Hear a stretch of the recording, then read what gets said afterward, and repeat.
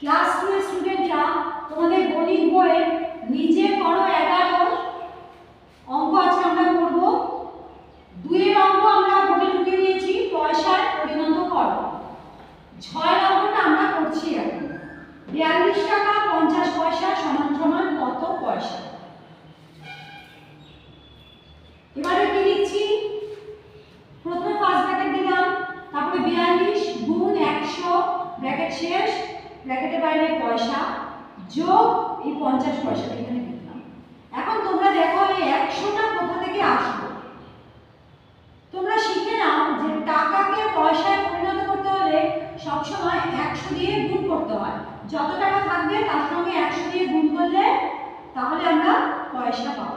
তাই জন্য 42 টাকাকে 100 দিয়ে গুণ করছি, ব্র্যাকেট দিয়ে তার বাইরে পয়সা লিখে, আর এই 50 পয়সাকে তার সঙ্গে যোগ করতে হবে।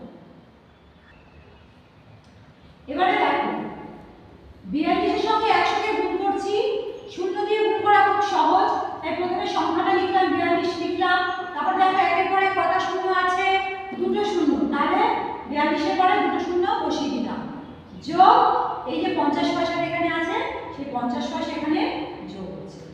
এবারে এই যোগটা আমরা করব, এখানে রাফ কেটে নিয়েছি, দেখো রাফে লিখে নিয়েছি 4200 যোগ 50, যোগ করে কত পেয়েছি? 4250।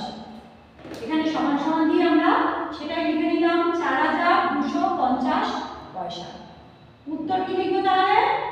4250 পয়সা, অর্থাৎ 42 টাকা 50 পয়সা সমান সমান 4250 পয়সা। এইভাবে আমরা পয়সায় পরিণত